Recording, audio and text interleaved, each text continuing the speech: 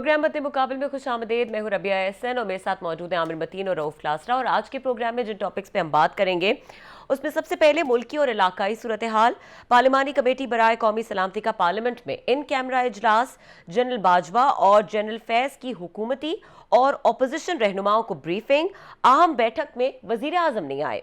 दूसरी जानिब हुकूमत ने तहरीक लब्बैक से पाबंदी हटा ली। इजलास में क्या ब्रीफिंग दी गई, इसके ऊपर बात करेंगे। इसके अलावा बात करेंगे ज़रई मुल्क को खुराक की कमी का सामना। गुज़श्ता साल गैर मुमालिक से खुराक पर $10 अरब खर्च किए जाने का इंकशाफ। वज़ीर आज़म की सिर्फ तसल्लियाँ, महंगाई में तूफानी इजाफा, अवाम की कुव्वत खरीद में वाज़ेह कमी, जिम्मेदारी कौन लेगा इसकी, इसके ऊपर बात करेंगे। इसके अलावा बात करेंगे इस्लामाबाद को जराइम से पाक बनाने के लिए 3 बरसों में 27.5 अरब रुपए खर्च कर दिए गए। 27 अरब रुपए के अखराजात के बाद भी इस्लामाबाद पुलिस जराइम पर काबू पाने में मुकम्मल नाकाम नजर आती है। क्राइम्स में रोज बरोज इजाफा होता जा रहा है, इसके ऊपर बात करेंगे। सबसे पहले जो अहम टॉपिक है, सारी टॉपिक्स अहम है लेकिन इस वक्त जो इंपॉर्टेंट चीज़ है, एक बड़ी इंपॉर्टेंट बैठक हुई, मीटिंग हुई, उसमें वज़ीर आज़म नहीं थे एंड किसी तरह से भी कोई किसी को अटेंड नहीं करने दी गई, मीडिया को किसी तरह से भी इसके बारे में कुछ बताया नहीं गया। बट फिर भी चीज़ें बाहर आ रही हैं शाह साहब, तो what is the important agenda? मेरी कुछ लोगों से बात हुई है जो वहाँ पे इजलास में शरीक थे। कोई ऐसी मेरा ख्याल है गैर मामूली चीज़ें तो नहीं बताएंगी जिसका आवाम को, लोगों को पहले से ना पता हो, जो मेरी कुछ लोगों से बात हुई है। तो लेकिन एजेंडे पे 2-3 चीज़ें थी, अहम थी, जो एक्सक्लूसिवली हम आपके साथ शेयर कर सकते हैं। एक तो वो जो TTP के साथ तहरीक तालिबान जो है, इसके साथ पाकिस्तान हुकूमत मुज़ाकरात कर रही है। आपको याद होगा इमरान खान साहब ने भी ये इंकशाफ किया था कि हम उनके साथ मुज़ाकरात कर रहे हैं। उसी बात को जनरल बाजवा साहब ने, जनरल फैज़ ने भी वहाँ पे पार्लियामेंट में, जो पार्लियामेंटी कमेटी का या उनका कहें उनकी जो भी एक स्पेशल सेशन हुआ है, तो उसमें उन्होंने भी इसको कन्फर्म किया है कि हम जो है TTP के साथ मुज़ाकरात कर रहे हैं। इंपॉर्टेंट चीज़ उन्होंने ये बताई, इसकी रीजनिंग उन्होंने ये दी कि जनाब कि इसको अगर हमने एंगेज ना किया, TTP को अपने साथ ना बातचीत की, तो फिर इसके बाद जो बाकी फोर्सेस हैं, जिसमें इंडिया का उन्होंने रेफरेंस दिया है, उसने अमेरिकन का कहा है, दीगर का, कि ये कल को फिर TTP को वहाँ से उनके ज़रिए हमें वो हमारे लिए प्रॉब्लम हो सकते हैं, लिहाजा हम इसको खुला नहीं छोड़ सकते। अगर कुछ ग्रुप्स हैं जो हमारे साथ बातचीत करना चाहते हैं पाकिस्तान के आइन के तहत, ये उन्होंने स्ट्रेस किया बार बार, तो हम ये उस पर सजेस्ट करेंगे। लेकिन मतलब उन्होंने कहा उनको पार्लियामेंटेरियंस को जो बैठे हुए थे जनरल बाजवा साहब ने, कि आप लोग जो है ना, आप हमें सजेस्ट करें, आप हमें बताएं हम क्या करें, कैसे करें। हमारी ये तजवीज़ है कि हमें इसके TTP के साथ हमें सुलह कर लेनी चाहिए, बातचीत कर लेनी चाहिए। जो हथियार डालना चाहते हैं, जो आना चाहते हैं, उन्हें TLP, आप इनको कंफ्यूज कर रही हैं थोड़ा सा, मैं कुछ और कह रहा हूँ। मैं तहरीक तालिबान पाकिस्तान और TLP तहरीक लब्बैक पाकिस्तान, डिफरेंट, उस पर भी आता हूँ, TLP पे भी आता हूँ, उसमें भी गुफ्तगू। ठीक है। सो उन्होंने उनको कहा कि ना कि इन पे हमारी गुफ्तगू जो एडवांस स्टेज पे है, सो दैट्स द रीज़न हम आपको ना कॉन्फिडेंस में लेना चाहते हैं। पार्लियामेंट को पॉलिटिकल लीडरशिप है, आप लोग जो है आगे बढ़कर आएँ और इस पर बातचीत करें। उन्होंने ये भी एक उसको पूरा बताया, वही वाली बात का ना किया तो फिर एक यहाँ पे अगर वो इशू होता है तो हमारे लिए प्रॉब्लम होंगे। इस वक्त सेटल करना चाहते हैं तो हमें मौके का फ़ायदा उठा के इसको सेटल करना चाहिए मसले को। और इनको सपोर्ट जो दे रहे हैं वो दे रहे हैं, अफगान तालिबान जो हैं वो दे रहे हैं, वो इसमें फैसिलिटेटर या आर्बिट्रेटर कह रहे हैं, वटेवर, उसका रोल जो है ना वो अदा कर रहे हैं। एक तो ये था, मैं मुख्तसरन बता रहा हूँ, वैसे तो ढेर सारी इस पर डिटेल है वो। ठीक है। उसके बाद उन्होंने आके इस पर ये भी बात की है कि चाइना की पोजीशन बताई है उन्होंने, उसके बाद ईरान की बताई है, उसके बाद इंडिया, अफ़गानिस्तान, अमेरिकन, सारा उन्होंने रीजनल एक या इंटरनेशनल सिनारियो भी पेश किया है कि उनकी क्या क्या पोजीशन हैं, हमें क्या क्या वहाँ पे किसके साथ क्या क्या मसाइल आ सकते हैं और हम कहाँ पे खड़े हुए हैं। उस पर भी उन्होंने उनसे तजावीज़ मांगी है। एक टोटल सिक्योरिटी का पूरा एक उन्होंने उनको बता के कि ये इश्यूज़ हैं, आप हमें गाइड करें। इंपॉर्टेंट जो चीज़ थी वो इस पर TLP पे आते हैं, जो मेरे लिए थोड़ी सी वो थी, क्योंकि एक बड़ी उस पर तनकीद आ रही है इन पे, हमारी पाकिस्तानी इस्टेब्लिशमेंट पे, कि ये शायद ये जो जितने भी लोग सड़कों पर लाए गए हैं तो शायद को इस्टेब्लिशमेंट की, क्योंकि आपने देखा होगा बहुत सारे लोग जो हैं, कुछ शोज़ में भी बातें हो रही थी, ट्विटर सोशल मीडिया पे भी बातें हो रही थी, सब कुछ। तो जनरल बाजवा साहब made a very big statement, जो मेरे ज़राए कह रहे हैं उसमें पार्लियामेंट में आज। उन्होंने जनाब ये कहा जाता है कि शायद इनको हम लोग लेकर आए हैं, हमारे पे आता है सारे का सारा, कि शायद ये जितने भी सड़कों पे लोग गए हैं तो शायद उनका इशारा जो लोगों की तरफ हमारी तरफ है।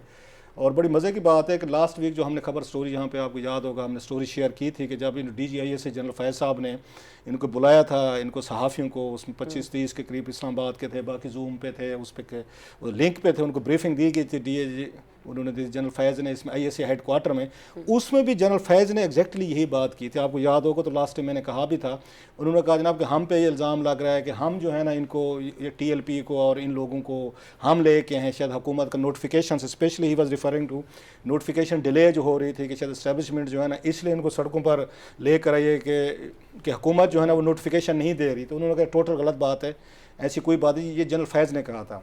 अब जनरल बाजवा साहब ने भी यही बात की है, पार्लियामेंट को बताया उन्होंने कहा कि हमारे ऊपर ये बातें कही जा रही हैं टोटल अनट्रू हैं, हम कोई उनको लाने वाले नहीं है, ना हमें इससे कोई फ़ायदा हो सकता है, ना कोई इस तरह की चीज़ें हम कर सकते हैं। हाँ, उन्होंने ये कहा कि मुझे अप्रोच किया गया, जो खबर बड़ी जो उसमें है ये, उन्होंने कहा मुझे अप्रोच किया गया था कि आप इसमें दरमियान में बैठ के इस मसले को हल करवाएं। Approach not from government side, जो मुझे उनकी बात समझ आई, अपने सोर्स से मेरी बात हो रही थी, was present in the briefing, कि ये उनको वहाँ से किया गया, TLP के लोगों की तरफ से अप्रोच किया गया है कि आप बैठें और बात करें। तो उन्होंने कहा अब हमने फिर वही किया है कि आईन पाकिस्तान के तहत हमने सामने रख के वो किए कि मुसल्लह जद्दोजहद ख़त्म करें, जत्थे बना लेते हैं, सड़कों पे कब्ज़े कर लेते हैं, मज़हब के नाम पर सियासत करते हैं, यहाँ पे मतलब है उसको मारा जाता है, पीटा जाता है, या तो आप सियासत कर लें या फिर आप आके वो नमूस रिसालत पे जुलूस जलसे कर लें। सो पॉलिटिकल पार्टी के तौर पर आप आएँ और इसमें पार्टिसिपेट करना चाहते हैं तो वेल एंड गुड। सो उससे ये तस्वर गया है कि उन्होंने ये सब कुछ जो अंडरस्टैंडिंग हुई है, इसमें इमरान खान साहब की हुकूमत से ज़्यादा इसमें रोल जो है ये TLP के साथ मुज़ाकरात करने का, मुआहदा करने का, ये सारे का सारा ये बड़ा क्लियर। अब इसमें तो कोई चीज़ें नहीं रहेगी, जो दो चीज़ें बता रहा हूँ कि एक वहाँ से उसमें GHQ ने उसमें आके अपनी एफर्ट्स की हैं, दूसरा वहाँ पे ये हो गया ISI ने की हैं। हुकूमत इस मामले से, मैंने आपको एक और भी खबर आपको याद होगा ब्रेक की थी हमने पिछले हफ्ते कि इमरान खान साहब जो है 27 अक्टूबर वाली जो मीटिंग थी कैबिनेट की, उसमें उन्होंने बड़े सख्त लफ्ज़ इस्तेमाल किए थे इनके खिलाफ, ये TLP के खिलाफ कि ये टेररिस्ट हैं, दहशतगर्द हैं, ये अफगानिस्तान बनाना चाहते हैं। उसमें इन्होंने कहा था, इन्होंने ये कैबिनेट मीटिंग में इमरान खान साहब ने, जो मेरे ज़राए ने बताया था, कि इन्होंने कहा जनाब कि इनके साथ आके सख्ती से इसमें निपटा जाएगा, हम रियायत नहीं करेंगे। लेकिन दरमियान में फिर हमारे दूसरे जो ये दो इंस्टीट्यूशन जो हैं ये सरकार के जो हैं हमारे, वो एंटर हुए, उन्होंने आके इनको किया सारे का सारा, उन्होंने इनको हैंडल किया है, उन्होंने मुज़ाकरात किए हैं और यही जो उसके एग्रीमेंट की बातें की हैं, यही एग्रीमेंट किया गया है कि आप जो है एक इसको आप पॉलिटिकली तौर पर अपने आप को एक्टिव करें। मतलब TLP को जो कहा कि मुआहदे में सबसे बड़ी बात थी, आप वायलेंस की ये पॉलिटिक्स, नफ़रत की पॉलिटिक्स, धरने, लड़ाइयाँ, मार कुटाइयाँ ये नहीं करेंगे, इसके बदले आपको प्लेटफॉर्म दिया जाएगा कि आप वो करें। और बल्कि बाजवा साहब ने एक ब्रीफिंग और भी दी थी कुछ अर्सा पहले सहाफ़ियों को, उसमें भी उन्होंने ये कहा था इन्हीं के बारे में, TLP के बारे में, कि इनको एक मतलब पॉलिटिकली तौर पर इनको हम वो करवाएंगे कि पॉलिटिक्स। बल्कि मुझे याद है हमने भी इसको डिस्कशन यहाँ पे किया, आमिर साहब ने भी इस पर तनकीद की थी, और भी बहुत सारे उस अखबारात में एडिटोरियल लिखे गए थे कि मिलिटेंट ग्रुप है, आप उसको मेन स्ट्रीम पॉलिटिक्स में लाना चाहते हैं। लास्टली, वैसे तो बहुत सारी लंबी चीज़ें थी, लास्टली जो चीज़ें थी उन्होंने कहा कि ये सारे इश्यूज़ उन्होंने एक्सप्लेन किए उनके सामने। फिर उन्होंने पार्लियामेंटेरियंस को कहा कि अब आप हमें गाइडलाइंस दें, आप हमें आप क्योंकि सियासी लोग हैं, सियासतदान हैं, ये फैसले आपने करने हैं, यहाँ पे जो एक्ट बनाने हैं, एंडोर्समेंट करनी है, क्या कुछ का TTP के साथ हो या TLP के साथ हो या दीगर इश्यूज़ पे आप हमें गाइड करें, आप हमारी हेल्प करें कि इन तमाम इश्यूज़ को हम कैसे पॉलिटिकली तौर पर, लेकिन एक कॉन्स्टिट्यूशन के अंदर रहते हुए, जो पाकिस्तान का कॉन्स्टिट्यूशन है, पहले इसको एक्सेप्ट करेंगे, जो भी हैं वो TTP भी करेगी, TLP ने भी किया है जो मुआहदा उनके साथ हुआ है, या दीगर जो सिक्योरिटी और इंटरनेशनल नेशनल रिलेशनशिप हैं उस पर भी उन्होंने इनको ब्रीफ किया है। सो उन्होंने उनसे तजावीज़ मांगी गई हैं कि आप बताएं कि हम इसको क्या करें। सो ये था क्रक्स ऑफ द मैटर। ठीक है। अच्छा आमिर साहब, यूजुअली ये कहा जाता है कि जी एक पेज अभी भी कायम है, लेकिन इतनी इंपॉर्टेंट ब्रीफिंग दी जा रही है और इतने इंपॉर्टेंट इश्यूज डिस्कस हो रहे हैं और PM वहाँ पे नहीं है, तो ये कोई एक स्ट्रैटेजी का पार्ट होता है कि इतनी इंपॉर्टेंट मीटिंग से PM ना हो, एक बंदा ही काफ़ी होता है? PM पिछली भी नेशनल कौमी सलामती की जो मीटिंग थी उसमें भी नहीं आए थे, तो वो जनरली इस तरह की मीटिंग में उनके पता नहीं क्या वजूहत हैं, शायद ये कि ये अपोजिशन और वो चाह रहे होते हैं कि इस्टेब्लिशमेंट को आपस में ये बात कर लेनी चाहिए, उनके होने से वहाँ पे शायद अच्छी बातचीत नहीं हो जाती है, जो भी वजूहत है। और ये पहले क्योंकि इसकी नौयत ज़रा, क्योंकि वो सेम पेज वाली एक स्टोरी चल रही थी, अभी ये है कि शायद उस तरह के हालात नहीं रहे हैं, तो इसलिए ये ज़्यादा इम्पोर्टेंट अब हो जाता है। बाकी दो इश्यूज़ हैं बड़े, एक TTP तहरीके तालिबान पाकिस्तान और दूसरा TLP जो है तहरीके लब्बाइक जो है, ये दोनों इश्यूज जुड़े हुए भी हैं मगर ये अलग-अलग भी हैं। अच्छा। तो पहले अलग-अलग ज़रा कर लें। टीएलपी का जो इशू है तहरीक लब्बैक का, उसके ऊपर अब ये जाके उनको ब्रीफिंग दे रही हैं, जबकि फ़ैसले ये पहले कर चुके हुए हैं। इन्होंने फ़ैसला कर लिया उनके बंदे छोड़ने का, फोर्थ शेड्यूल से निकालने का, कलअदम ख़त्म कराने का। तो जब करा लिए हैं तो उसके बाद उनको जाके अपोजिशन को ब्रीफिंग दे रहे हैं, तो उसका ब्रीफिंग और फिर मशवरा क्या आप किस बात का मांग रहे हैं, मतलब समझ नहीं आती। फैसले आपने कर लिए।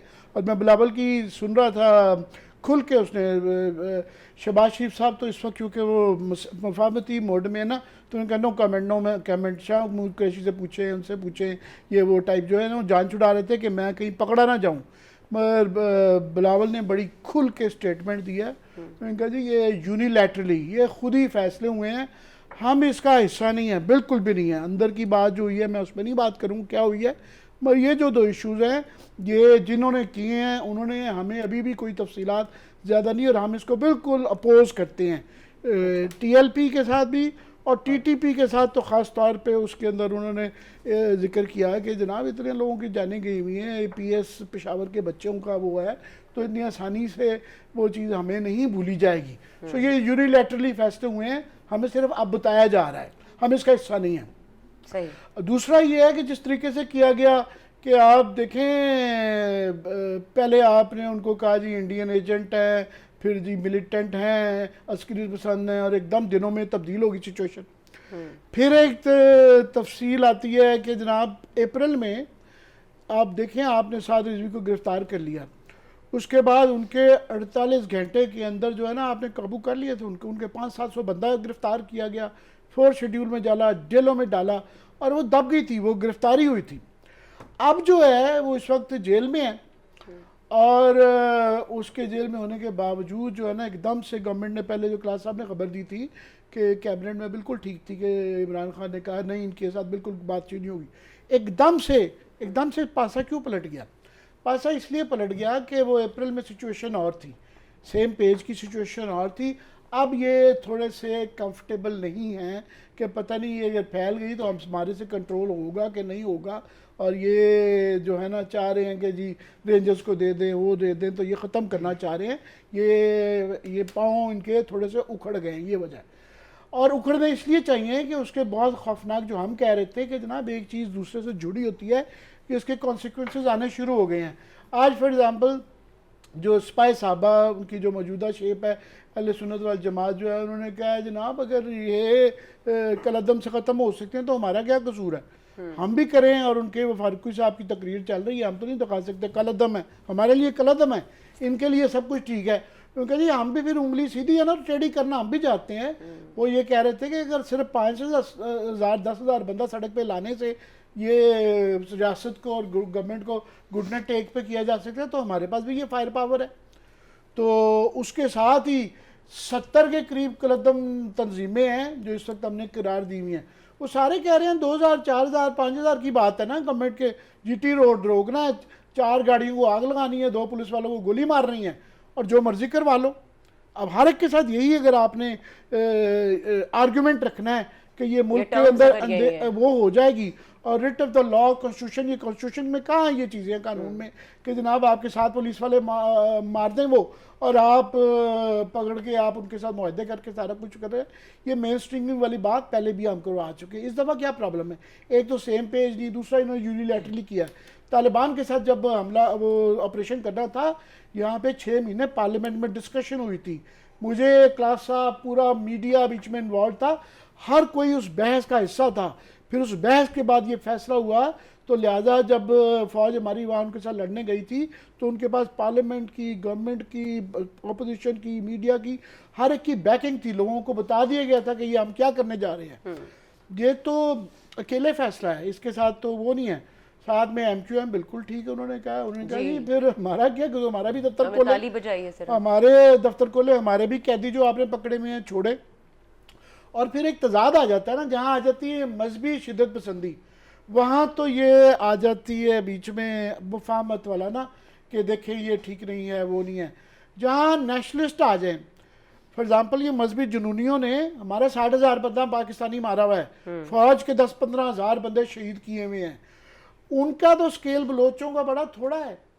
या हमारे ये पश्तून भाइयों का भी थोड़ा है, ये MQM भी नेशनलिज्म में ही डाल लें, इनका भी थोड़ा है, तो उनकी दफ़ा बिल्कुल आपकी बंदे भी उठाए जाते हैं, वो उठाए। बंगालियों को भूल गए आप। वो तो पुरानी बात थी ना, आजकल की बात कर रहा हूँ कि मजहबी जो है, ये अभी क्या हो रहा है यार, वो आर्गुमेंट बिल्कुल, ये दोबारा ये मुर्दे थे जो बैठ गए हुए थे, ये बहसें दोबारा खड़ी हो गई हैं कि जनाब जब आपके सियासी अवामिल जो थे उनकी तो कोई बर्दाश्त नहीं है, उनके बंदे उठाए जाते हैं, उनको गोलियों से मार दिया जाता है। इनकी दफ़ा 4000 बंदा आपकी पुलिस वालों को गोली पे GT रोड पे मार देते हैं और आप उनसे सुलह भी कर रहे हैं, उनको धारे में भी लाने की कोशिश कर रहे हैं, सारी चीज़ें ख़त्म हो गई हैं।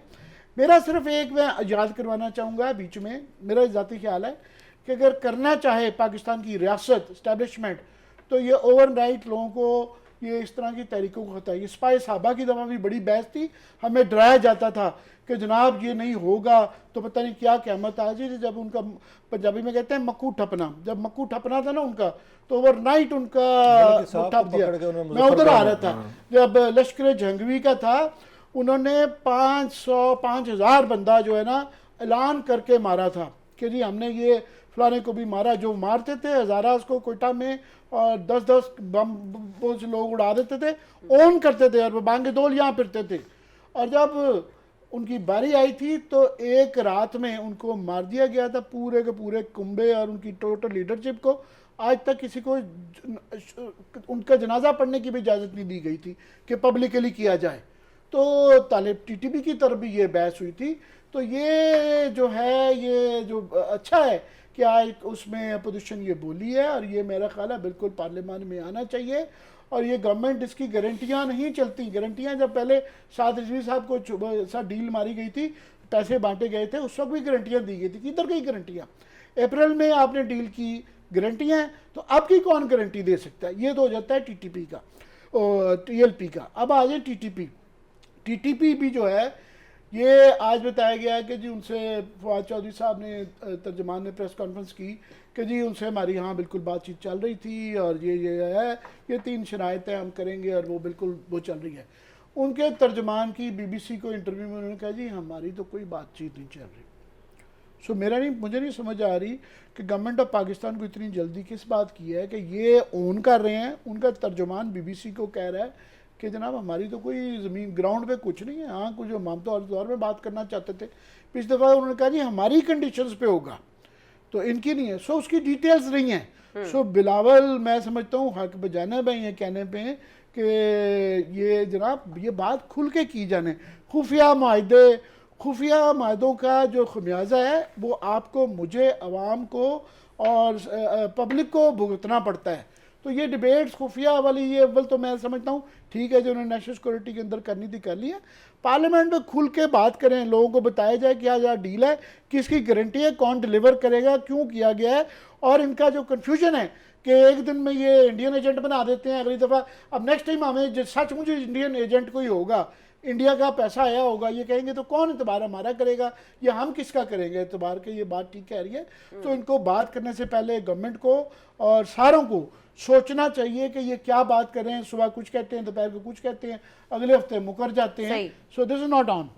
ठीक है, इसके ऊपर क्लास साहब का भी कमेंट लेंगे अगर वो देना चाहें आफ्टर द ब्रेक। लेकिन बात होनी है महंगाई के हवाले से, जिसमें वज़ीर आज़म की एक तरफ तसल्लियाँ हैं और दूसरी तरफ हम देख रहे हैं कि अवाम की जो क़ुव्वत ख़रीद है या जो उनकी परेशानी है उसमें मुसलसल इजाफा हो रहा है और ज़रई मुल्क होने के बावजूद खुराक की कमी का सामना हो रहा है। तो डेफिनेटली पॉलिसीज़ हैं जिसमें बहुत गैप्स हैं, उनको डिस्कस करेंगे। ब्रेक के बाद हमारे साथ रहिए।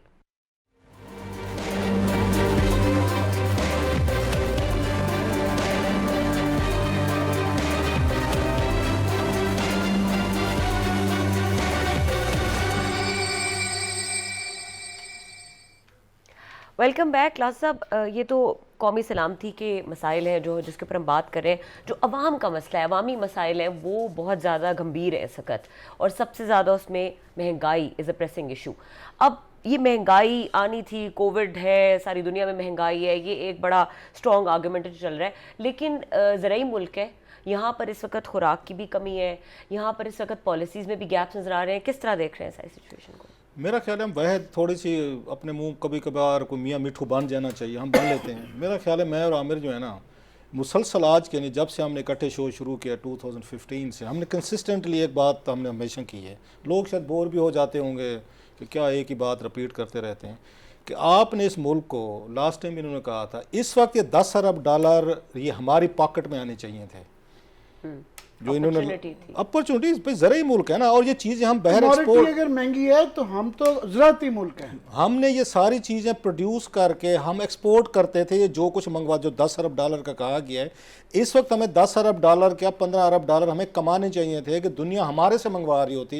ये काटन हम बाहर भेजते थे, गंदम हम बाहर भेजते थे, चीनी हम बाहर भेजते थे, राइस हम बाहर भेजते हैं, दालें, मतलब कुछ लोग हैरान होंगे, दालें तक आप ये बरूने मुल्क से लेकर आ रहे हैं, और इनको रिप्लेस किसने किया है? हमारी ज़रा प्रायोरिटीज़ देखें जिस चीज़ों की, और यहाँ पे फिर ये बड़ा फ़ख्र भी लिया जाता है इकॉनमी बूम कर। इकॉनमी बूम होने के हम प्राइस क्या दे रहे हैं? वज़ीर आज़म साहब खुश हैं आज, बल्कि मैं उस पर भी आते हैं। आज वो जो कंस्ट्रक्शन इंडस्ट्री है इस मुल्क को लेकर बैठ गई है, लोग नाराज़ हो जाएंगे सारी चीज़ों। मैं बार बार कहता हूँ कि वो दौर आने वाले, आप ना कंस्ट्रक्शन मटीरियल खाइएगा, आप सीमेंट खाएंगे, आप सरिये खाएंगे, आप बैठ के बाकी जो उसकी होती है ना चीज़ें, आप उस ब्रिक्स हैं, ईंटें हैं ना, वो खाइएगा। जहाँ पे भी आपको ज़री ज़मीन नज़र आई है, आपने वहाँ पे बिल्डर्स को दे दिया, आपने ठेकेदारों को दे दिए। अच्छा, फिर वहाँ पे हाई रेज बिल्डिंग की तरफ आप गए नहीं है। यहाँ पे हज़ारों थाउजेंड्स ऑफ एकड़ पे, मुल्तान में एक इन्होंने वहाँ पे बने, मेरा तो दिल रोता है वहाँ पे देख के, 11,000 इन्होंने एकड़ पे, ज़री एकड़ पे हाउसिंग सोसाइटी खड़ी कर दी उन्होंने वहाँ पे। आप शूजाबाद चले जाएँ, आमू के बाग थे, बहावलपुर चले जाएँ, गोजरावाला चले जाएँ, पिशावर चले जाएँ, लाहौर तो ख़त्म ही हो मिल गया लाहौर। इधर से आप गोजरावाला बल्कि इस्लामाबाद की तरफ चल पड़े, उधर मुल्तान रोड से पूरा आपके पाक पश्तून तक आपका सहीवार मुल्तान, और फिर लाहौर में कोई फ़र्क नहीं रहेगा। मुल्तान से बहावलपुर जाएँ तो वो तमाम के तमाम वो हो चुके हैं। लाहौर से आप कभी आए ना इधर वापसी की तरफ या जाते हुए, आपको पूरा एरिया ज़री इलाका है, सारे के सारे पे आपने हाउसिंग सोसाइटीज़ बना दी हैं।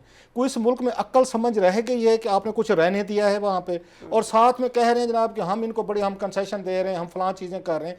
इट्स ए बिग शेम कि पाकिस्तान ने 10 अरब डॉलर्स की खाने पीने की सिर्फ मेन चीज़ें मंगवाई हैं। लोगों को यहाँ पर यकीन नहीं आएगा, 40 लाख टन हम ये मंगवा चुके हैं गंदम। हमने यूक्रेन से मंगवाई है, हमने वहाँ से उससे रशिया से मंगवाई है हमने।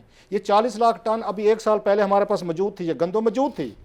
आपने बैठ के फैसले ऐसे कि उनको बाहर भेज दिया। चीनी सरप्लस आपके पास मौजूद थी, आपने बाहर भेज दी। ये हमारे हुक्मरान फैसले कर रहे हैं और बड़े खुश हैं, जो पैसा कमा रहे हैं, जो चीज़ें आ रही हैं।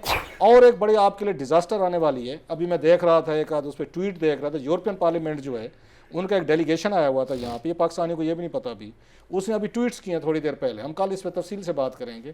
उन्होंने कहा है कि पाकिस्तान को जो हमने GPS वो स्टेटस दिया है प्लस का, हम उसको रिव्यू करने वाले हैं, क्योंकि पाकिस्तान ने जो 26 या 27 कंडीशनैलिटीज़ होती हैं जिसके तहत वो इनको आके ड्यूटी फ्री या कंसेशनल ड्यूटी पे आप अपनी एक्सपोर्ट कर सकता है पाकिस्तान वहाँ पे। और जो उन्होंने फिगर दिए हैं वो बड़ा इंतहाई वो है कि पाकिस्तान 31% अपनी टोटल एक्सपोर्ट का EU को सब वो करता है।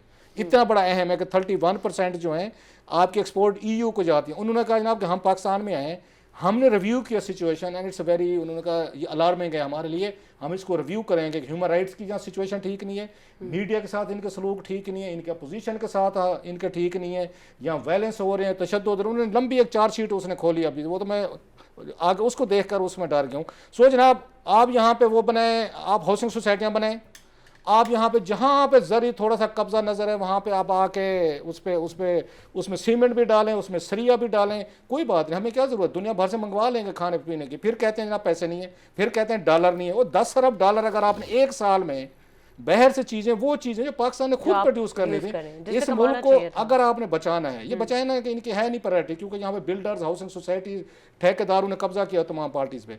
आप बैन कर दें कि किसी ज़री ज़मीन पे, यह वो प्राइवेट हो चाहे वो सरकारी हो, इन सरकारी के तो इमरान खान साहब ने पिछली कैबिनेट में मना कर दिया है कि अब सरकारी ये जो महकमों के लिए आप ज़मीन ज़री नहीं खरीदेंगे।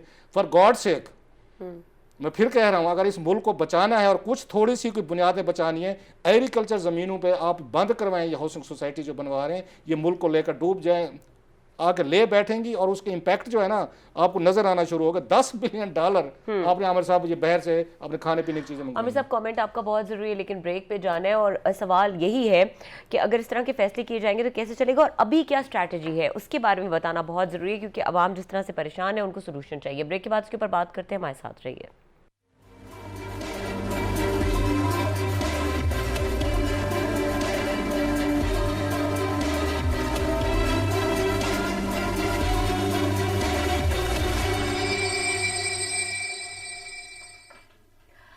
वेलकम बैक आमिर साहब। ये महंगाई के हवाले से और ये जो बिगड़ती हुई सूरत हाल है, और मोस्ट इम्पोर्टेंटली कि कोई ऐसे स्टेप्स नजर नहीं आ रहे, कोई ऐसी इंटेंट नजर नहीं आ रही जिससे कि पता लग रहा हो कि इस वक्त अवाम के हक में कोई फैसले किए जाएंगे या किस तरह से उनको रिलीफ दिया जाएगा, इस पर कोई बात ही नहीं हो रही। लोग महंगाई से तड़प रहे हैं और गवर्नमेंट की सारी कैंपेन ये हो रही है कि दुनिया भर में बहुत कमोडिटी प्राइसेस और वो महंगी हो गई हैं।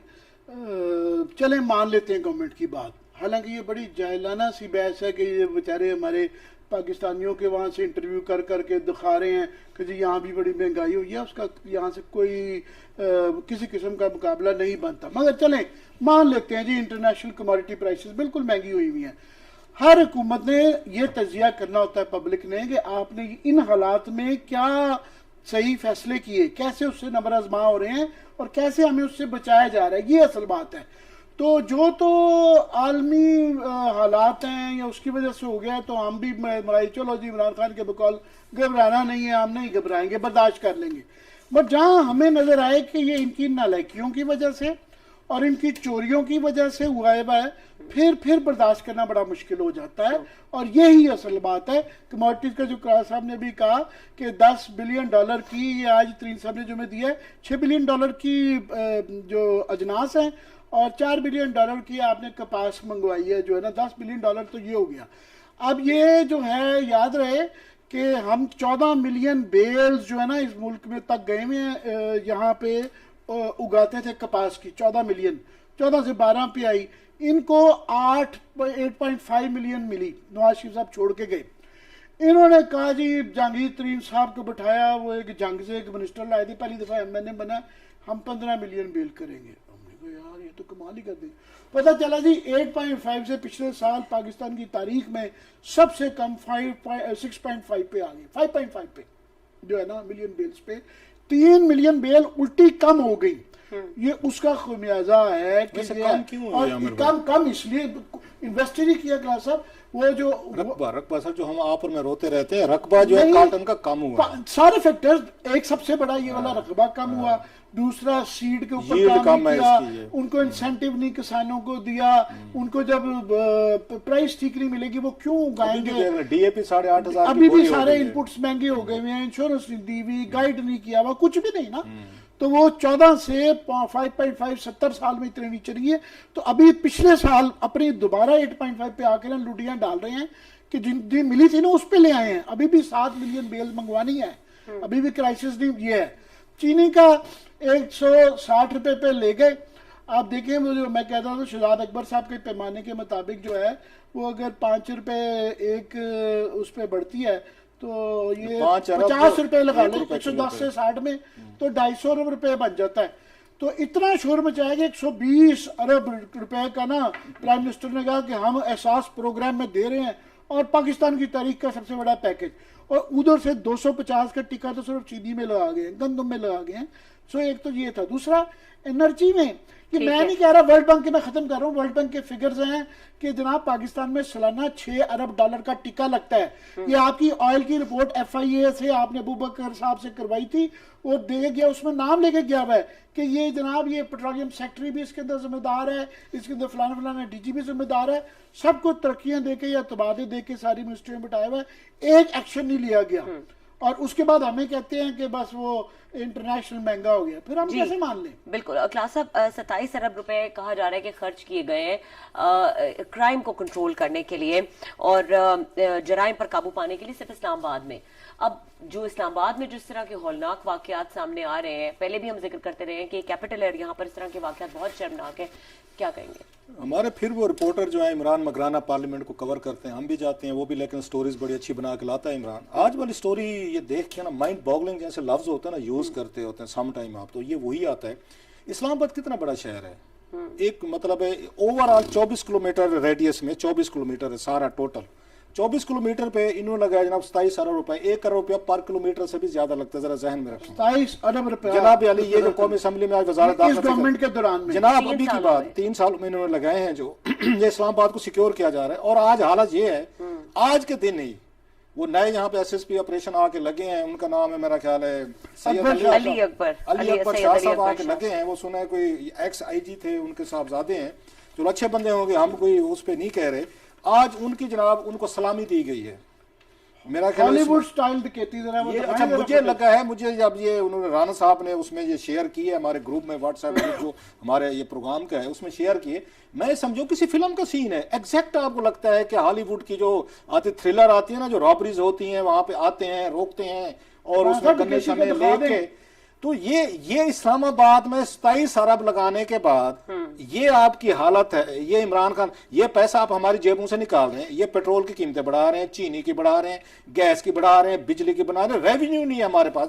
हमें जरा बताया तो जाए, इसका जरा ब्रेकअप लेके किसी वक्त आए कि लॉ एंड ऑर्डर की सिचुएशन उन्होंने बताई है कि ज्वेलरी की आपकी कितने यहाँ पे वाकयात हुए, मोटरसाइकिल कितने छीने गए, कारें यहाँ पे कितनी हुई हैं, इसके बाद मर्डर हो रहे हैं, स्ट्रीट क्राइम हो रहे हैं, लोग तो अब F7 F8 तक पहुंचे हुए हैं। आईसीटी पुलिस के लिए 23 अरब रुपया है, सेफ सिटी के लिए तकरीबन कम है, सीटीडी के लिए बाकी दिया गया 4 अरब बाकी के लिए है।